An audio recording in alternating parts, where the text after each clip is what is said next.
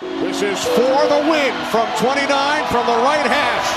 Koo's kick is good. Here is Durant for the win.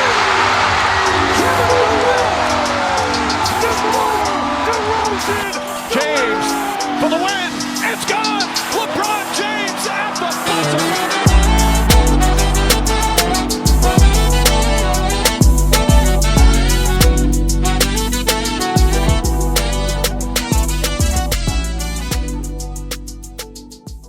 Funny, man. Y'all can hear me? Y'all boys funny, dog. All right, man. Hey, man, my dog Steph finally got his Finals MVP, dog. Top 10 of all time. Let's go. So we just starting there. We not even going to warm up to it. He top 10, okay?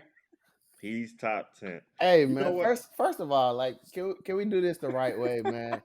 Shout out to the Golden State Warriors on winning the NBA championship against the Boston Celtics in 6 games, man. Let's give it up for them, man. Let's do this the appropriate way. Before we even talk about stuff, do you guys have the Warriors as a dynasty? Because I've seen this as a conversation, and I'm not even sure why it's even arguable. It's not arguable at all, bro. Absolutely. Like, what are we? 6 championships, 6 trips to the championships in 8 years. That's dynastic. Yeah, I agree. I mean, when it's you dynastic. do this, when you have that level of success in that time period, that is a dynasty to me. Right. Yeah. Now, because like people are saying it was 4 and 8 years, so there were some comparisons being made to the San Antonio Spurs, because between 99 and 07, they won 4, but they never won back to back, and they didn't have 6 trips to the finals. So like for me, that was a difference. I didn't consider the Spurs a dynasty. Because think about it. They won. I disagree with that. I don't, bro. Hold on. Okay, so they won 99, then they won 03, then they won 05, then they won 07. We only talk about 2014 because that's So when I look at a dynasty, I look at like I said, sustained level of success with a core group. Mm-hmm. And that's why the Spurs had that core group of Duncan, Ginobili, Tony Parker. So that's why I look at it as a dynasty. And as we move on to Golden State with Klay Thompson, Steph Curry, and Draymond, you have that nucleus that makes it a dynasty. Mm-hmm.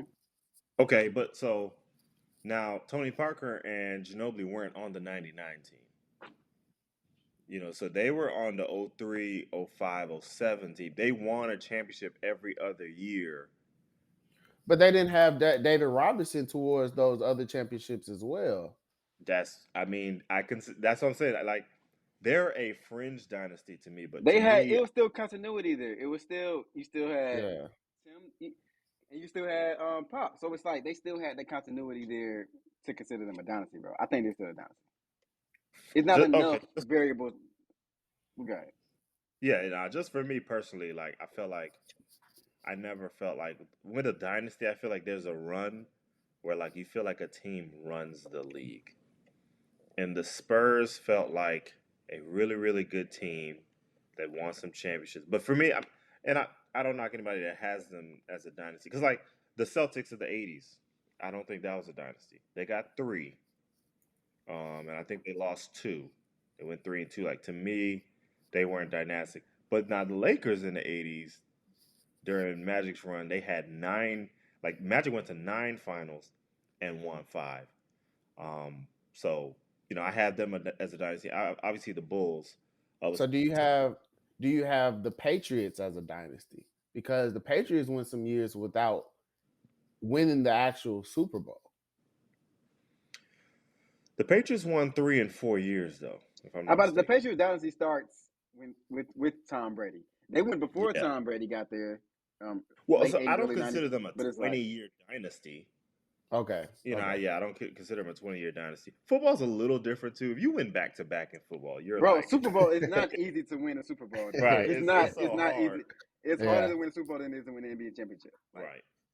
Some people will point at the lows of the where the Warriors were, where they did make the playoffs. They lost in the play-in, due to injuries or whatnot. But to me, they're definitely a dynasty. And going forward, as stated in the Truth About the Warriors video, they're set up nice. Shameless plug. Yeah. They are, bro. They are set up nice because I really do think like they have something with Kuminga. We still don't know what Wiseman. Right. Yeah, we still don't know what Wiseman looks like, but so I mean things are looking up for them. But I mean let's revisit. Welcome back, Corey. First and foremost, let's revisit. Let's revisit the Steph talk because we didn't get a chance to get Corey's take on that. Where do you have Steph all time now, Corey? Steph is definitely in the top 10.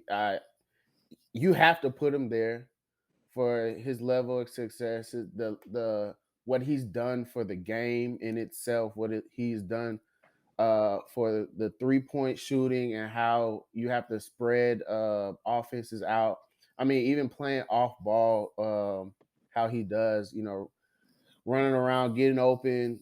He can play off ball. He can play on ball. He has the handles. And now he has the NBA Finals MVP that he can finally mark off on his accolades. So Steph is definitely in my top 10. He's the greatest shooter we've ever seen, and he's going to go down as one of the best NBA players to play this game. So I went back and revisited my list, and I went back and reviewed, resumes.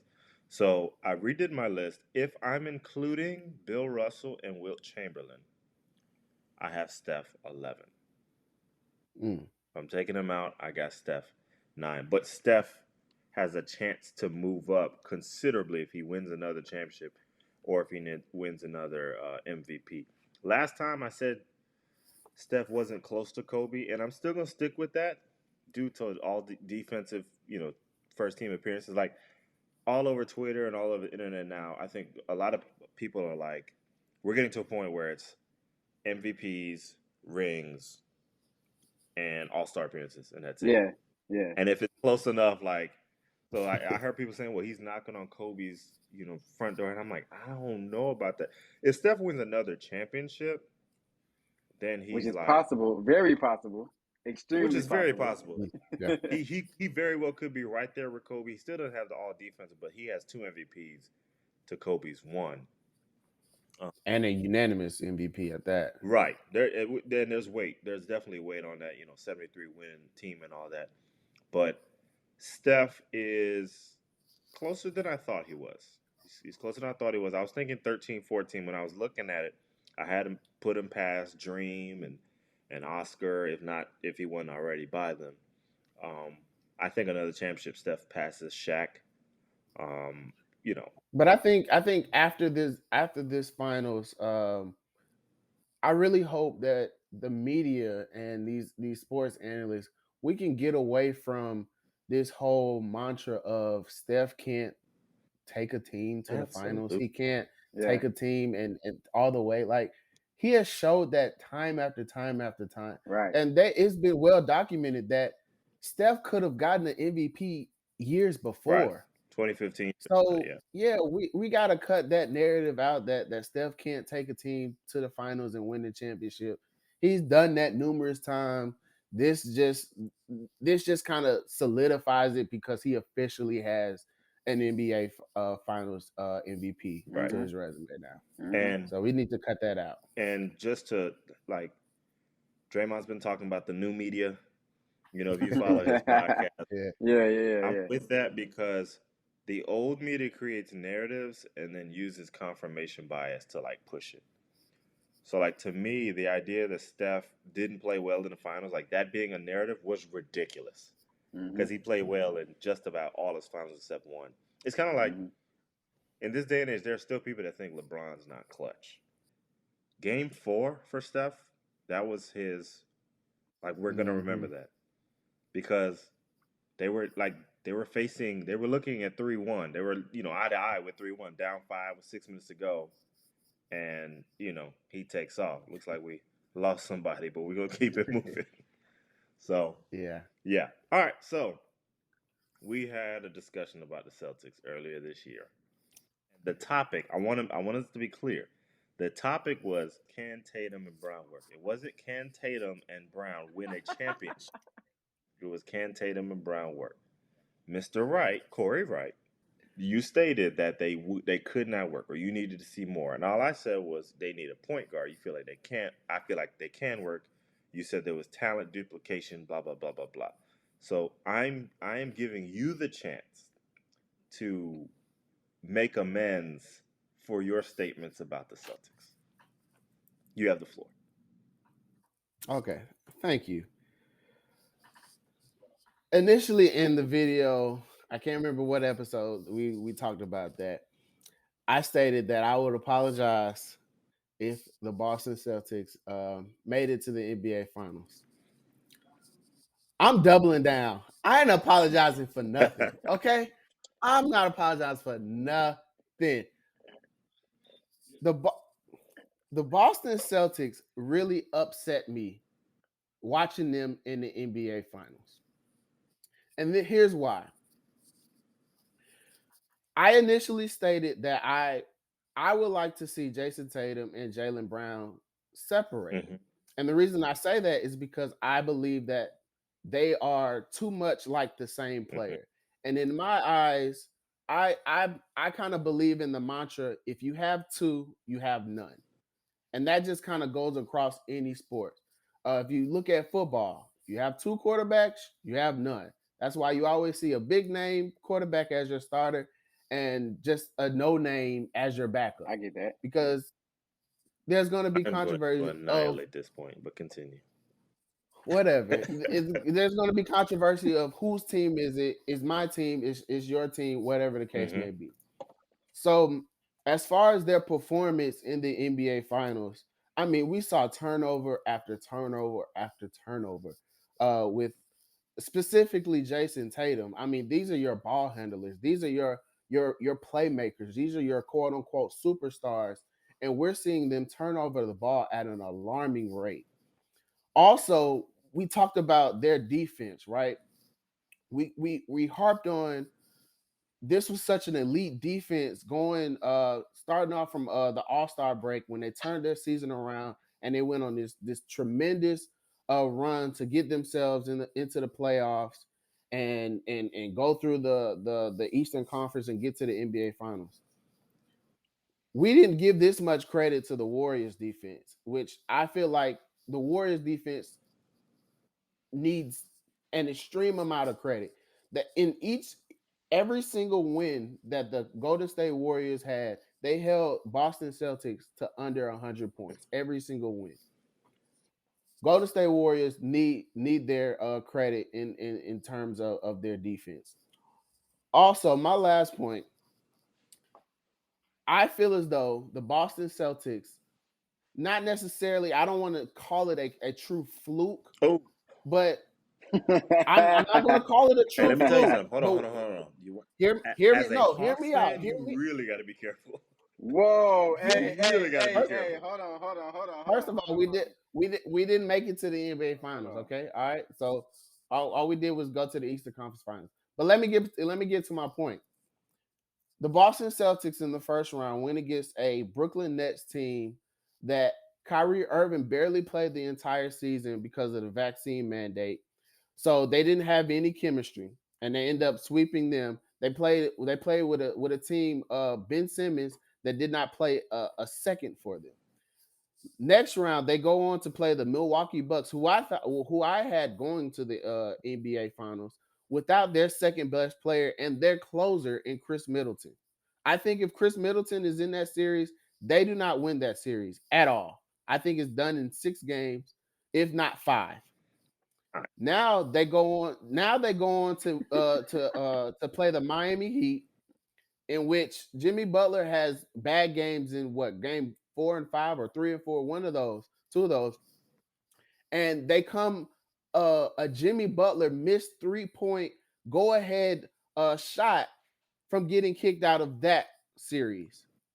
One shot, they're at home watching the NBA Finals.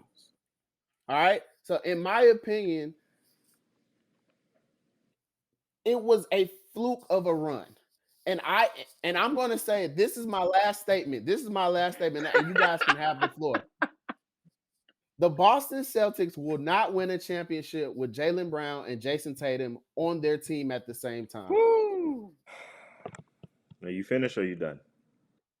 I'm finished and I'm done. So here's why a lot of that was poppycock. I hear what you're saying in terms of talent duplication. Having two, means you have none. But I think they play the certain position where that doesn't apply. So if we were talking about like star point guards, yeah, you don't need two. If we're talking about star big men, like you don't need a Jokic and an Embiid. But in today's NBA or in NBA in general, wings, I don't think you can have too many of those. As long as you have a point guard. That was my point the entire time. So when you look at Paul George, Kawhi, you look at Jordan, Pippen, even wings. Tracy McGrady, Vince Carter. What could have happened in that sense? Like I think it worked. I think having 6'7" to 6'9", 6'10" guys that can shoot and dribble and score and defend, you can't have too many of those. So I don't think them losing in the finals justifies a reason to split them up. Only if splitting them up means, elevating the team to another level, which would probably be moving off of Jaylen Brown. Again, I just think their issue was they didn't have a point guard, and when there were really, really critical possessions, Marcus Smart is looking at them, and they're looking at him, and like Jaylen Brown, who played really well. Jaylen Brown played better Very well. than Tatum did. The best player on the yeah. But Jaylen Brown was a turnover machine as well, and that was going back to Miami. When I was watching the Heat series, I noticed every time Jaylen Brown drove, especially left, they would converge and they would double. And I was wondering, why are they doubling Jaylen Brown off of Tatum sometimes? And it's like they knew they could get the ball from him because his hands are not good. And some of the similar things were true with Tatum. Like as soon as they dribbled, they would dribble in the crowd and turn the ball over. There was no stabilizing factor in terms of point guard. So I don't think that's a reason they should break up. As it pertains to their run, like fluke, I was very impressed by the Boston Celtics run. I was incredibly impressed. I picked the Warriors to win in 7, but I was very concerned after 3 games because at that point the Boston Celtics looked like they were the better team. It was 2-1, and Clay wasn't defending.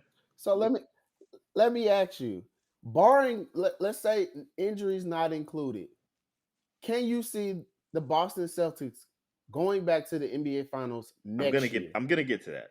I'm gonna talk about their run. But at 2-1, it looked as if at 2-1 when Clay shooting 5 for 19 and he was moving terribly. And Wiggins was giving you like a little 15, 16, but it was silent. Like it looked like they were gonna take it. Obviously, they didn't because the Warriors figured them out. Wiggins stepped up big time. Clay stepped up big time. But as it pertains to their run, I want to remind everyone that before the playoffs started, the Vegas favorites were the Nets. Now, whether or not people really believed in them or not, like, they were the Vegas favorites. Like, and they swept them. Not only did they sweep them, I've never seen Kevin Durant look worse than he did when he played the Boston Celtics. So I understand Kyrie barely played and they had the Ben Simmons stuff. And I understand it was a lot of moving parts. But the 76ers also had similar ideas. They went the year without Simmons and they were trying to add Harden. Like they had a lot of moving parts as well and they made it to the second round. So like them sweeping the Nets was incredibly impressive. Now, if Middleton was healthy in the second round, I do not think the Boston Celtics beat them. I don't think the Bucks beat them in 5. I still think it goes 6 or 7. In fact, Boston should have beaten Milwaukee in 6, but then they blew game 5 at home. But then Jason Tatum scores 46 on the road and all that good stuff. So yeah, that happens. When the Magic went to the finals, in 2009, Kevin Garnett had went down in the playoffs, and they were able to get past the Celtics, and then they ended up beating LeBron in the Eastern Conference Finals. So we've seen stuff like that before. Yeah. The Miami Heat were the number 1 seed in the East. No matter how we cut it, they were the number 1 seed. Again, I think the Boston should have beat them in 6. But Boston being Boston, like they're so capable of beating themselves. That's what I was depending on when it came to this series. So they end up beating the number 1 seed, and then they're up 2-1 against the Warriors. I think that's impressive. I do. I'm sorry. I think that's impressive. I think they're going to win a championship with Tatum and Brown. Chances are they won't. Like, no, I'm saying, but so what's the hear point me of out. keeping them together? Last year, Are we here to win I'm games saying, and win like, championships? so last year the Phoenix Suns lost, and if you'd asked me last year, like, chances are they're probably not going to win with Booker and Paul. But does that mean it doesn't work? They won 64 games this year, and they ended up getting embarrassed by Dallas. But like, it's hard to win a championship, and the East. I mean, I think Giannis is going to run the East for the next 3 to 5 years. I agree. And this was Boston's chance. We ended up losing Gibson again. This was Boston's chance, but I just think whether or not they win a championship is not going to be whether or not I feel like it worked or not. Like, I can't sit up here and say John Stockton and Karl Malone didn't work because they didn't win a championship. That's kind of how I am with that. Give us your final thoughts on Brown and Tatum. I prefer for Jaylen Brown to come home to Atlanta Hawks and play alongside Trae Young. That would be amazing. Y'all have pieces, but I'm not sure Boston wants them. Man, bro, he needs to come home. Anyway, so what Celtics did this year was very impressive. It was very, very impressive how they turned the season around. First year coach. They pretty much surprised everybody. Every sports fan ever, anybody that was watching the NBA, everybody was like, wow, the Celtics are really a different team the second half of the season. You know what I'm saying? So I don't think it was a fluke. I just think they ran into the dynasty that is the Golden State Warriors. Like, I think if they would have played the Mavericks, they would have beat the Mavericks. Oh, you know what I'm saying? So like they ran into nobody was beating the Warriors, dog. Like, it just so happened that this was their window because of the injury to Chris Middleton. Because, you know what I'm saying, this was their time. They got there, and just so happened, unfortunately, they ran into the juggernaut that is the Golden State Warriors. And I don't. The stars kind of aligned for the Celtics to get there. The stars in the East. You know what I'm saying? I don't see that happening again. So I don't see them ever getting. Wait, so hold on.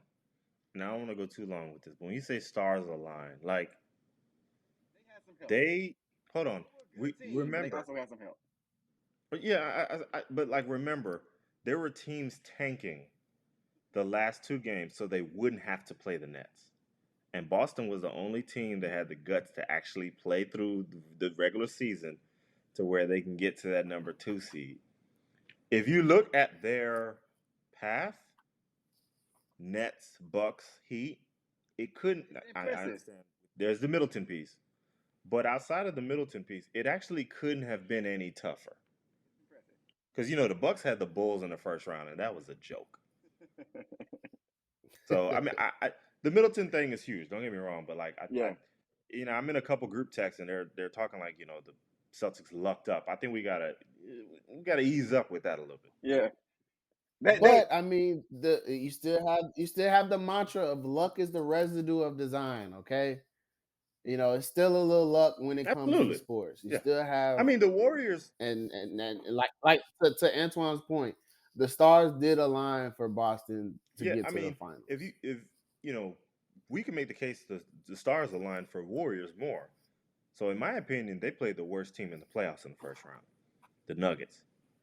I think that outside of Jokic, you had Aaron Gordon was the best player. And then they play Memphis, and then Ja gets hurt. And then Phoenix collapses, and then they end up playing Luca and friends, which Dallas. No, don't do that. No, I'm saying Dallas was kind of a fluky. It happens. There are conference final runs that are kind of fluky. Dallas was one of them. Like, all props to them, but Dallas wasn't a contender to me. Now, I'm not gonna lie, they did scare me enough to pick them against the Warriors because you remember the Warriors second round against the Grizzlies, they were down 55 in one of those games. Like the Warriors had, and I think they just And didn't then they care. bounced back. They'll say they That was bounced just back. one. they Yeah, bounced that's back. just They one of the definitely games. did, but The next game, they destroyed them. things bounced in the Warriors' favor as well. And as they had their injury issues throughout the year, everybody was healthy at the same time. Come to playoffs. Man, I'm look, not saying man, they're when I lucky. I'm just saying if we're using that framework, we got to be fair and use it for both teams. I feel, man, the Warriors is a unique, one of a kind.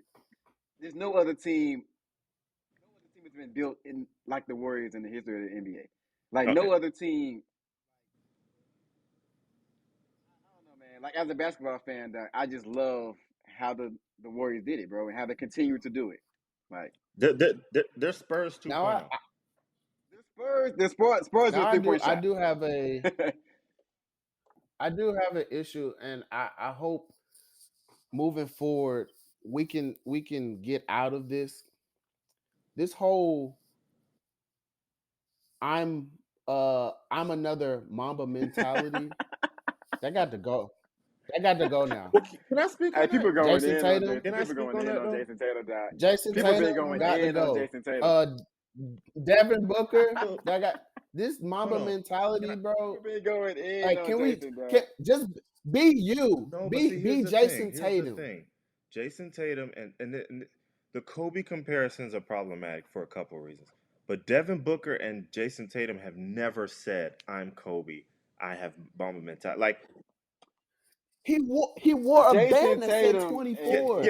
that was to show love to Kobe, but that doesn't. He wasn't like we're. A lot of people are responding to the comparisons as if they had like last year. Devin Booker said he's like, "Do not compare me to Kobe Bryant. I'm not Kobe Bryant." Like he just has some Kobe mannerisms, and he was, Kobe was his favorite player. It's no different. It's no different than what Kobe did with Jordan. Jordan was his favorite player. He played like him. There were times Kobe showed up to games with a Jordan jersey on and stuff like that. So like, I think us trying to act as if they're trying to embody them is a bit much. I also think every time they have a bad game, that doesn't mean like Kobe played awful in the 2004 NBA Finals.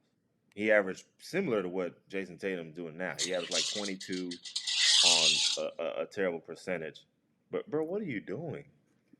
Bro, we got like 2 minutes. I got an iron, dog. Hey, Bro, I gotta be somewhere. I know I gotta be downstairs. Go ahead, I'm listening. Go ahead. And I have one more think point. the comparisons need to stop. But I also think we don't need to assume that they're trying to say that they are Kobe. And I also think we have to be realistic. Kobe had bad games. Kobe missed game-winning shots. So every time somebody has bad games, oh, this is why you're not Kobe. Like, come on now. Like I'm a Kobe fan. Like I watched it all. Kobe, does Jason Tatum have the Mamba mentality? No. Does Devin Booker have it? He has it more than Tatum to me, even though I think Tatum's a better player. But no. I mean, that's what made Kobe special. Did Kobe have Jordan's mentality? Very close, but not all the way. So like it's okay to let them grow. They're like they're 24, 25 years old. All right. Close this out, Corey.